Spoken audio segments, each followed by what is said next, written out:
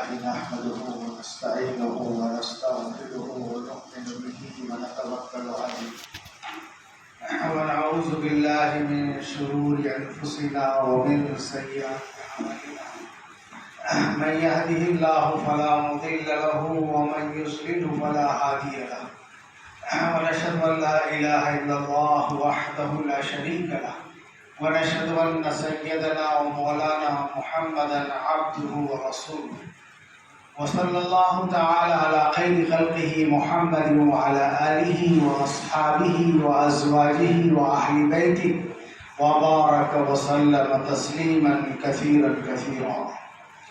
أما بعد فأعوذ بالله من الشيطان الرجيم. بسم الله الرحمن الرحيم.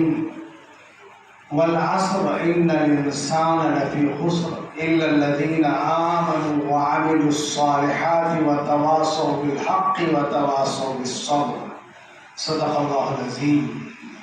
وقال النبي صلى الله عليه وسلم من سلك في طريق العلم سهل الله له طريق الجنة او كما قال علیہ الصلوۃ والسلام.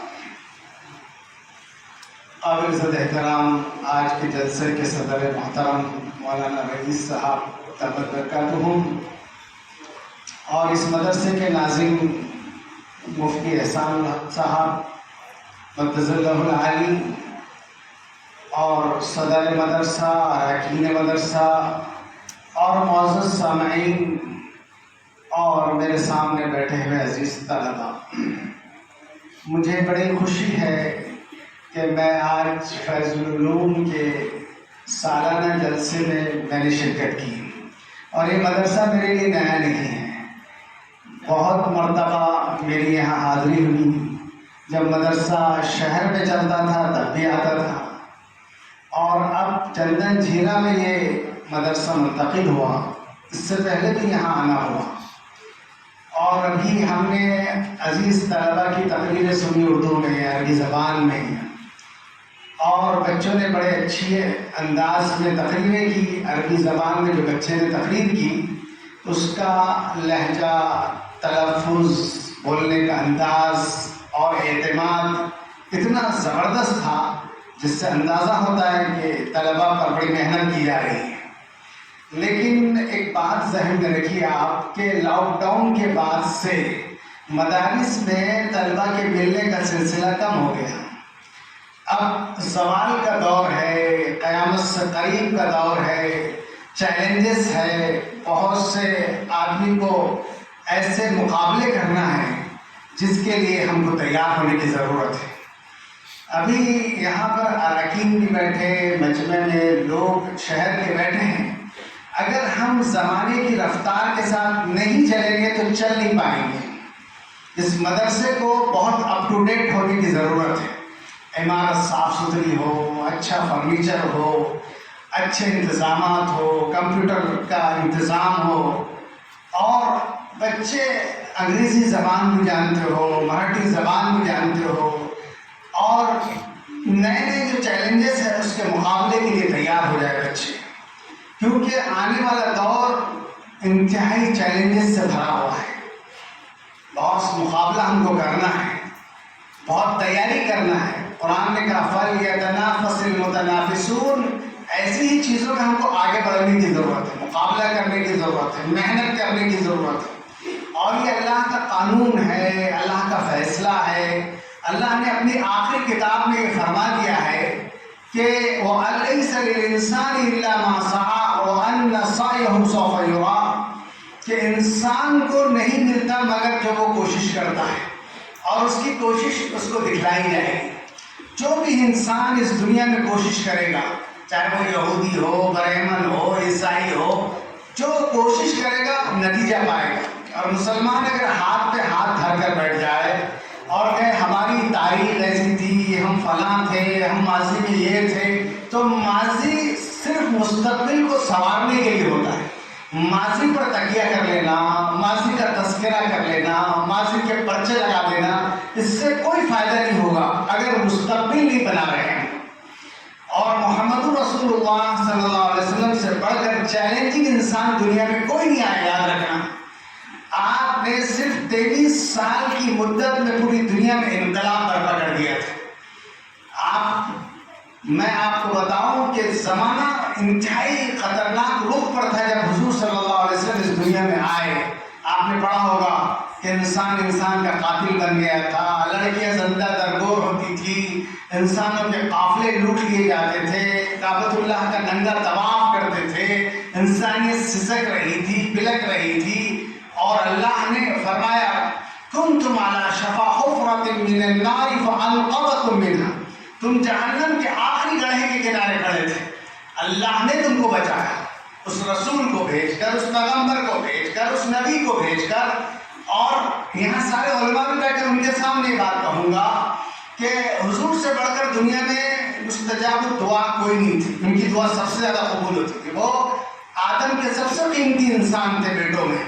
لیکن یہاں بچے بیٹھے، طلبہ بیٹھے، اساتذہ بیٹھے، علماء بیٹھے، میں ان سے یہ پوچھنا چاہتا ہوں کہ اگر خالی دعاؤں پر کام چلتا تو حضور مکے میں کعبہ میں کعبے کی پردے کو پکڑ کر دعا مانگتے اور اسلام غالب آ جاتا، لیکن ایسا ہوا کیا؟ نہیں ہوا۔ آپ کو ایک منٹ چین نہیں تھا، کبھی آپ صفا کی پہاڑیوں میں تھے، کبھی عقبہ کی گھاٹیوں میں تھے، کبھی بدر کے میدان میں تھے، کبھی حنین کے میدانوں میں تھے، کبھی طائف میں آپ پر پتھر پڑ رہے تھے، کبھی آپ خندق میں پیٹ پر پتھر باندھے ہوئے تھے، لیکن ہم کیا کر رہے ہیں؟ ہم محنت نام کی چیز نہیں کر رہے ہیں، ہم ترقیوں کے نام پر خالی بس بات کرتے ہیں، تقریر کرتے ہیں، عملی کام نہیں ہے۔ آپ کو میں حوالوں سے بتا دوں کہ مسلمان یہاں پر اس ملک میں 2% بھی مدرسوں میں اور اسکولوں میں نہیں جاتے۔ 98% الیٹریسی اور ان پڑھ ہمارے پاس قوم ہے، اور جس قوم کی، جس امت کی پہلی وحی نازل ہوئی تھی کہ اقرأ باسم ربک الذی خلق، پڑھو اپنے رب کے نام سے جس نے تم کو پیدا کیا۔ نہ نماز کی بات ہوئی، نہ زکوٰۃ کی بات ہوئی، نہ روزے کی بات ہوئی، نہ حج کی بات ہوئی، بات تو تعلیم کی ہوئی تھی کہ آنے والا دور علم کا، تعلیم کا، سائنس کا، ٹیکنالوجی کا ہوگا، تو اے امت مسلمہ علم حاصل کرو، رب کے نام سے پڑھو، علم میں ترقی کرو، سمندروں کو تم جو ہے غواصی کرو، آسمان کو چھو لو، خوب پڑھو، تعلیم تعلیم تعلیم۔ یہ بات کا اعلان ہوا تھا۔ آنے والا دور علم کا دور ہے، ترقیوں کا دور ہے، اور ہماری قوم سب سے زیادہ ان پڑھ۔ مسلمان شادیوں میں خرچ کرنا جانتا، مسلمان لایانی کام میں خرچ کرنا جانتا، مسلمان فنکشن ہال بنانے میں لاکھوں کروڑوں ڈالتا ہے، اس سے زیادہ کی اوپر کی فکر مسلمان کی نہیں رہتی۔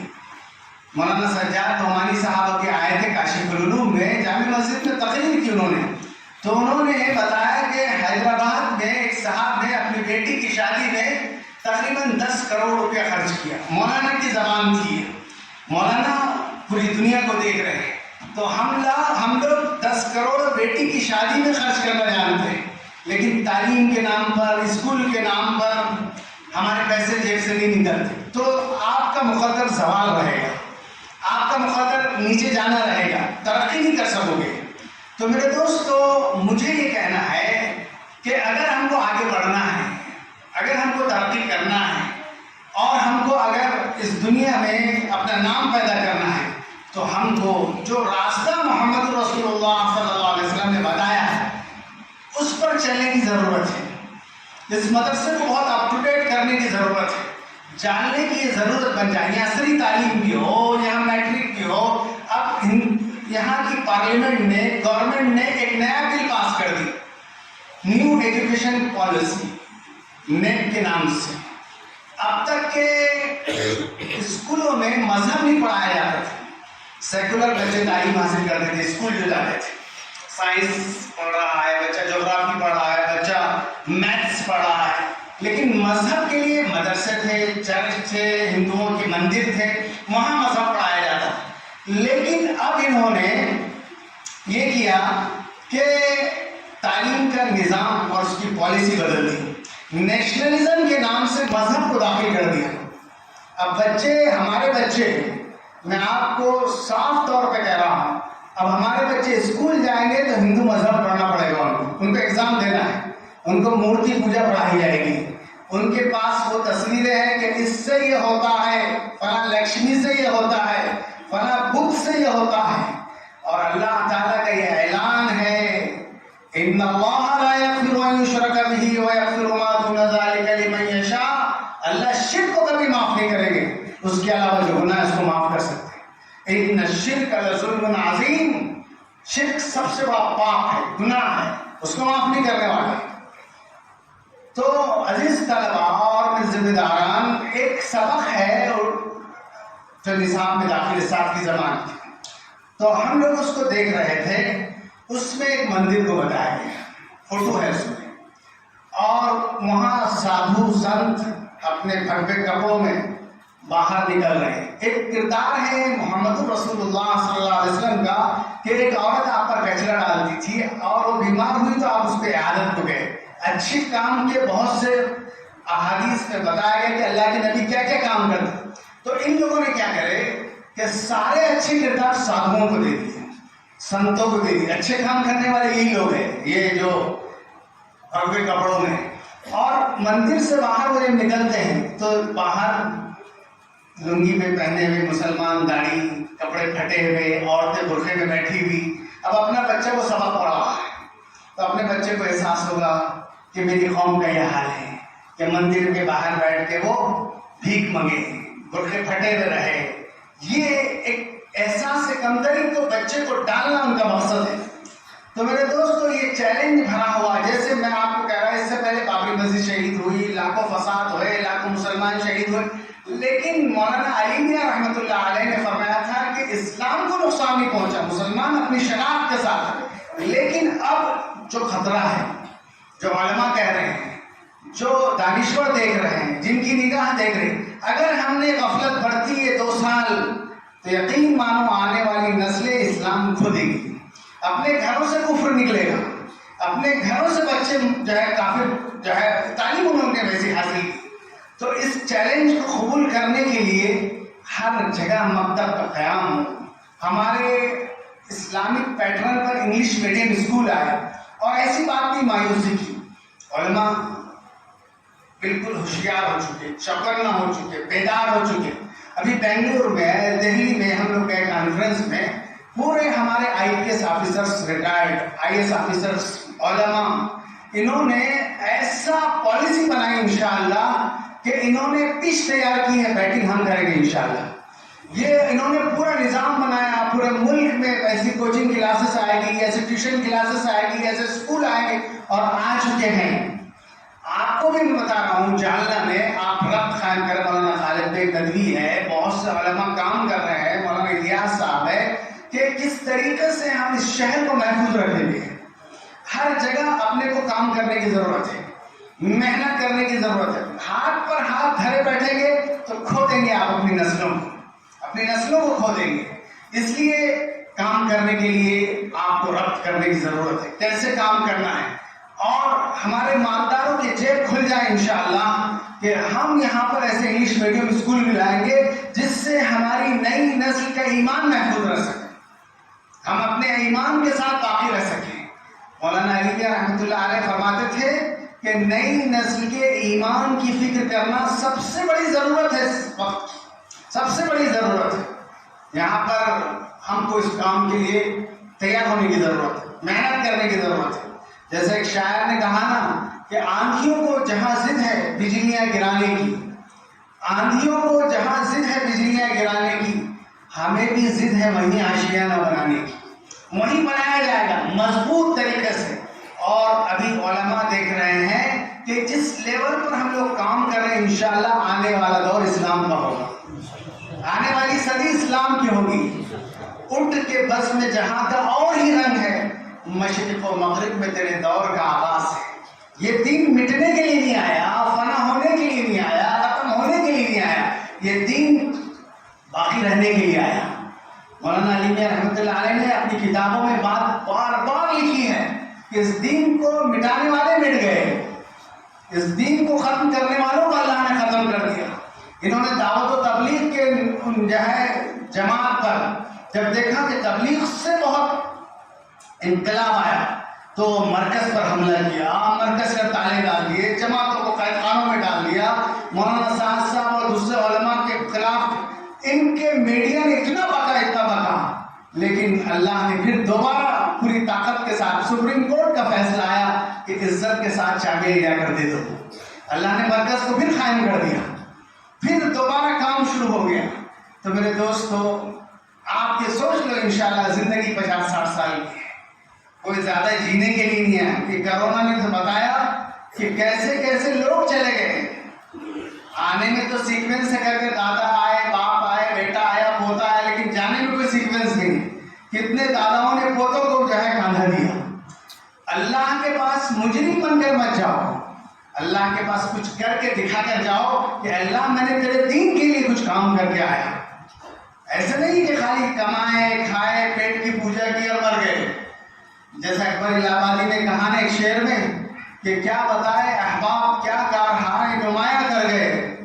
کیا بتائے احباب کیا کارہائے نمایاں کر گئے. کہا کیا بتائے احباب کیا کارہائے نمایاں کر گئے.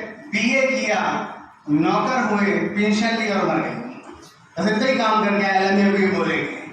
تو میرے دوستو, یہ بچے جو چٹائی پر بیٹھے ہیں ہمارے سامنے, ننھے منھے بچے, یہ آنے والی نسل کے رہنما ہوں گے, رہبر ہوں گے. یہ ساری باطل کی آنکھوں میں آنکھیں ڈال کر کام کریں گے انشاءاللہ. ان سے ڈرے ہیں لوگ, اس لیے مدرسوں کہتے دہشت گردی کے اڈے ہے, فلاں ہے, اور یہاں بم بنائے جاتے ہیں, کیا کیا نہیں بولتا ہے میڈیا. لیکن یہاں انسان بنائے جاتے ہیں, یہاں انسان بنائے جاتے ہیں, انسانیت کی تعلیم ہوتی ہے.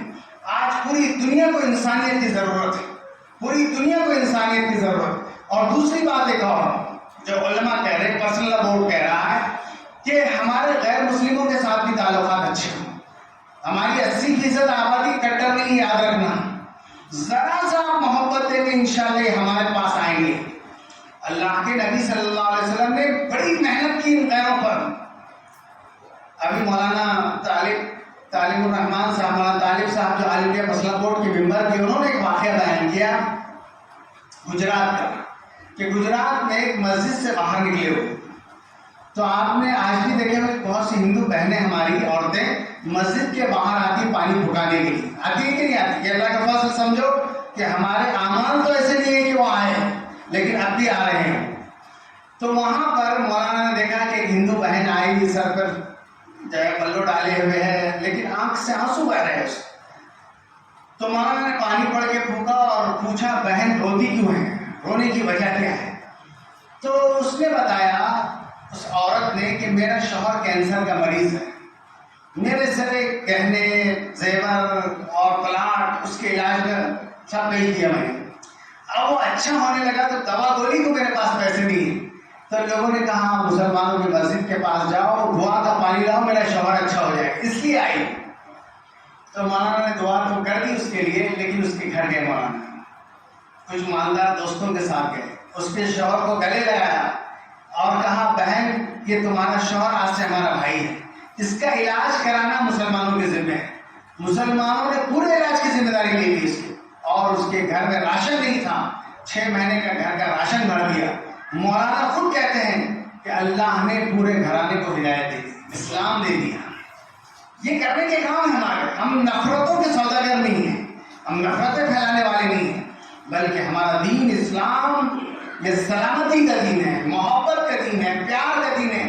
ہم ہر انسان کو آدم کا بیٹا سمجھتے ہیں, اور ہر ایک کو ہم جہنم سے نکال کر جنت پہ لے جانے والے. ہم خالی پوسٹ مین کی طرح بات پہنچا کر نکلنے والے نہیں ہیں. نبی نے تو اپنی جان کھپا دی ان کے پیچھے کہ یہ میرے بھائی جہنم سے جنت کی طرف آ جائے. یہ جب جذبہ ہوگا, یہ جب آدمی کے اندر ایک انقلابی کوشش ہوگی, تو اللہ تعالیٰ ان کے دلوں میں بھی محبت ڈال دے گا, ان کے دلوں میں بھی محبت ڈال دے گا. اور دیکھو, کام کرو تو ریاکاری سے دور, دکھاوے سے دور, میڈیا سے دور اور واٹس ایپ سے دور. کام کرو تو اللہ کے لیے کرو. انما الاعمال بالنیات, سارے عمل کا دار و مدار نیت پر ہے.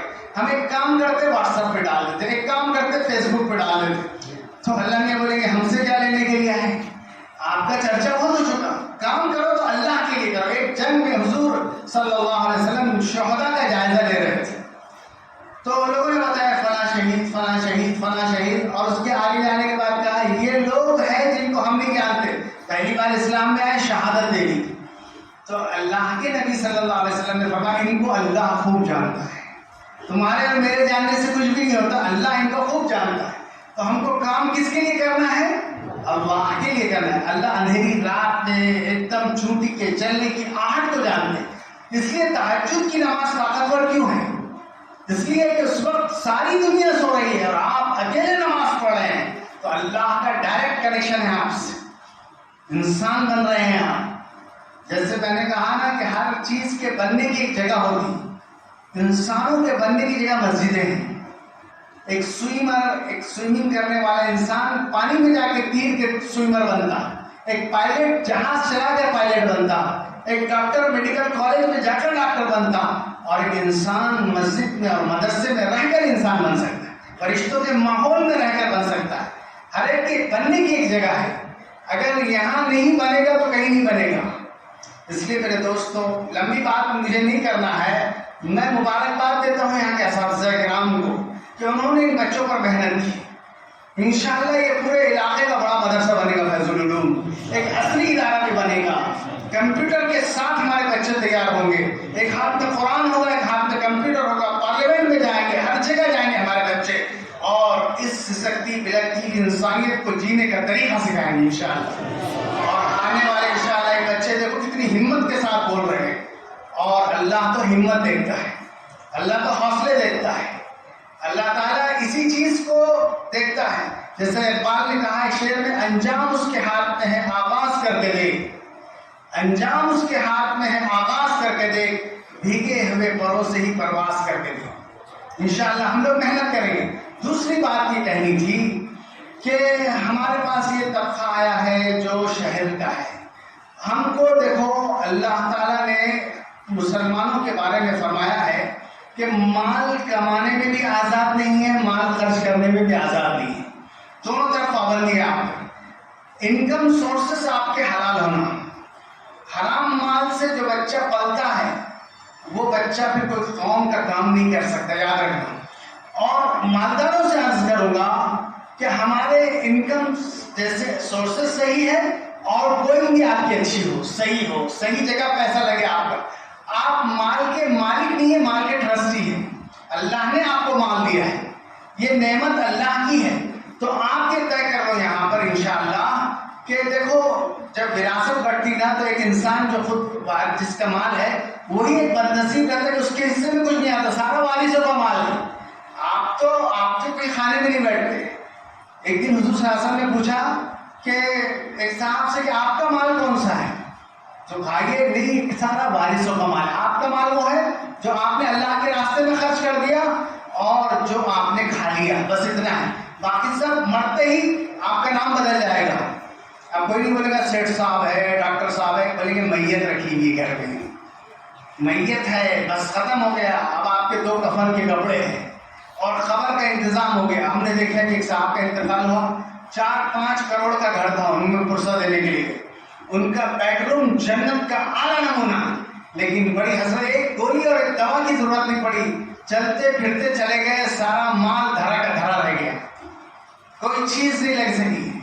یہ دنیا کی کڑوی حقیقت ہے کہ یہاں آئے ہیں آپ برہنا 2 کفن کے کپڑوں کے لیے اتنی محنت کر رہے ہیں آپ، بس یہی لے کر جانا ہے اور کچھ نہیں۔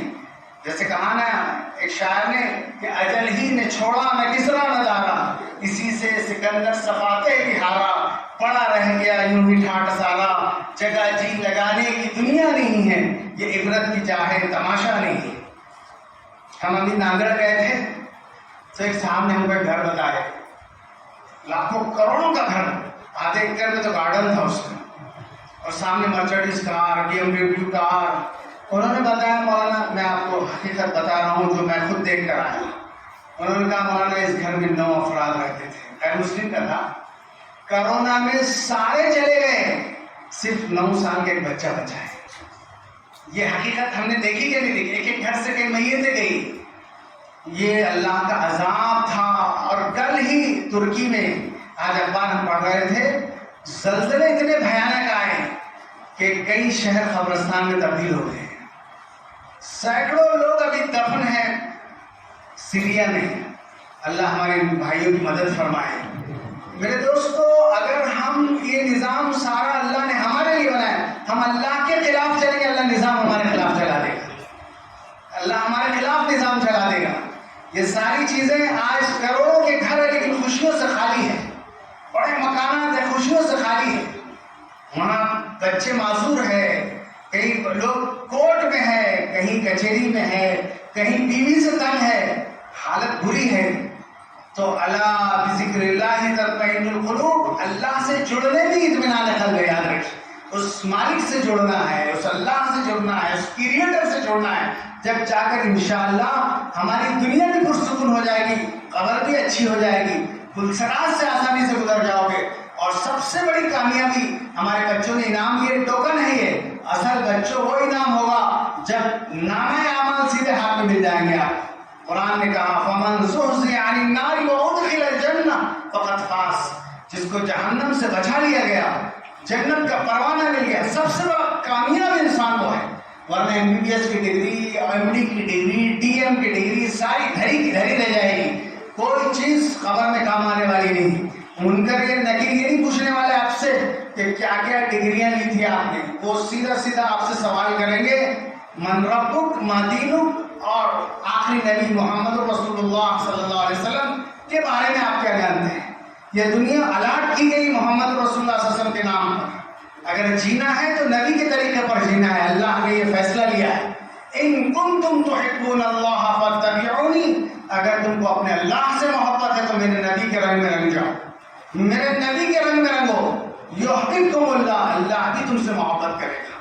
تو ہم کو ہمت نہیں ہارنا ہے، حوصلہ نہیں کھونا ہے، بلکہ ایک نئے عزم کے ساتھ، ایک نئی قوت کے ساتھ اس فیض العلوم کے اس مسجد کی چٹائی پر آپ ہمارے علماء کے سامنے عہد کرو بچوں، جیسے حضرت یعقوب نے عہد لیا تھا اپنے بیٹوں سے کہ ما تعبدون من بعدی، ہے میرے بچوں میرے بعد کس کی عبادت کرو گے، کس کو مانو گے؟ تو بچوں نے کہا تھا نعبد الہک و الہ آبائک ابراہیم و اسماعیل و اسحاق، اے ابا جان آپ کے ابا ابراہیم اسماعیل اسحاق کے ایک خدا کی پرستش کریں گے، اس دنیا میں اللہ کے نام کو بلند کریں گے۔ تو حضرت یعقوب کی روح آرام سے پرواز کر گئی تھی۔ ہمارے علماء آپ سے عہد لینا چاہتے ہیں آنے والے دور میں بچوں کس کی عبادت کرو گے، تو ہم بھی انشاءاللہ یہ اعلان کریں کہ اس دھرتی پر ایک اللہ کے نام کو بلند کریں گے، محمد رسول اللہ صلی اللہ علیہ وسلم کے طریقے کو عام کریں گے، کیونکہ اب کوئی پیغمبر، کوئی رسول، کوئی جو ہے کتاب اترنے والی نہیں، چاروں طرف سے گھیرا گیا ہم کو، کبھی قادیانوں کی فتنے ہیں، کبھی شکیلیت کی فتنے ہیں، کبھی فلاں کی فتنے ہیں، کبھی ہم کو مسلکوں کے نام پہ لڑانے کے لیے فنڈ دیے جاتے ہیں، اور باطل تو سامنے سے کھڑا ہی ہے۔ لیکن ان چیلنجوں میں ہم کو گھبرانا نہیں ہے، تم دیے مادے مخالف سے نہ گھبرا تو اے اوقات، یہ تو چلتی ہے تجھے اونچا اڑانے کے لیے۔